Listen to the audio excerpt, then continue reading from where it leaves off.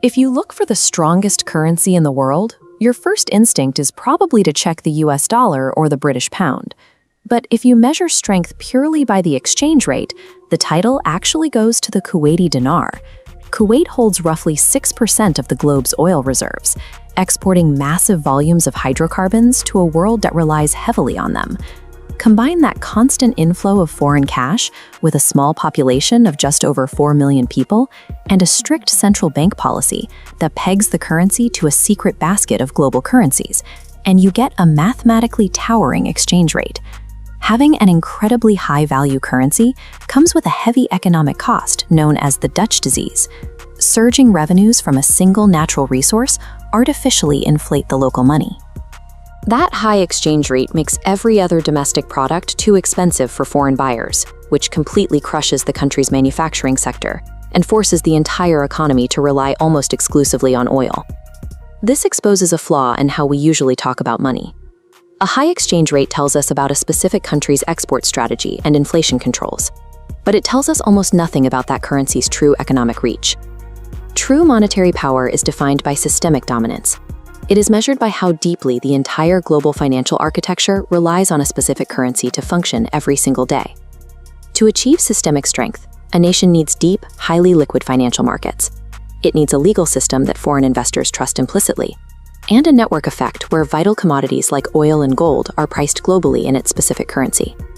We can see this power in action through a mechanism called uncovered interest parity. When a dominant central bank raises its interest rates, the yield on its government bonds goes up. Global investment capital seeking safe, high returns floods in to buy those bonds, bidding up the value of the dominant currency against everything else. That capital migration ripples across borders. Everyday citizens around the world suddenly find their local purchasing power shrinking, their travel costs rise, and imported goods become noticeably more expensive, all because an institution thousands of miles away decided to adjust a baseline interest rate. The United States currently holds this exact privilege, but a long view of economic history shows that no single nation retains absolute monetary dominance forever. In the 16th century, the Spanish silver dollar emerged as the first true global currency. Its uniform weight and the immense output of Spanish-American silver mines made it the standard for maritime trade across Europe, Asia, and the Americas for nearly 3 centuries. By the 17th and 18th centuries, the Dutch guilder took center stage. The Netherlands dominated global shipping through its colonial trade monopolies, and the Bank of Amsterdam pioneered modern central banking by offering stable, ledger-based account transfers. Then came the British pound sterling in the 19th and early 20th centuries. Anchored by the Bank of England and the classical gold standard, the pound facilitated industrial production and financed imperial trade routes across 5 continents. This chart shows total US and sterling trade acceptances between 1927 and 1937, capturing the inflection point where the balance of power flipped. World War I forced European powers to suspend gold convertibility and import massive amounts of capital from the United States, turning America into the world's preeminent creditor.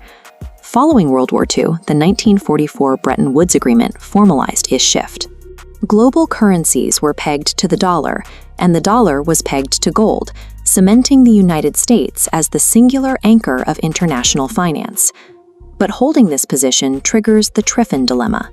To supply the entire world with the liquidity it needs to trade, the reserve country must run persistent, massive trade deficits. Over decades, the sheer weight of those structural debts slowly erodes international confidence in the currency itself.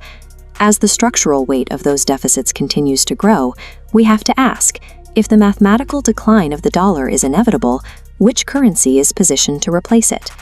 The euro is the closest numerical rival, accounting for roughly 20%. China and the BRICS nations have actively pushed for alternatives, including pricing oil in the Chinese renminbi.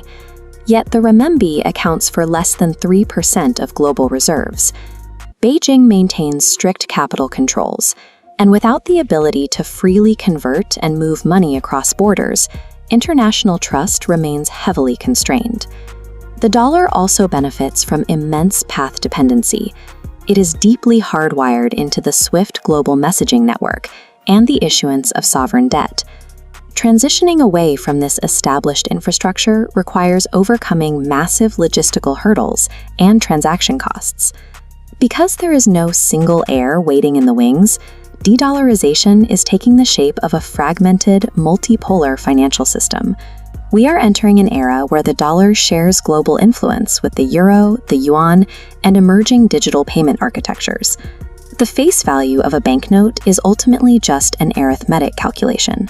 A currency's real value relies on a fragile, historical trust exercise, a global consensus built on deep markets, reliable institutions, and the credibility of the nation that prints it.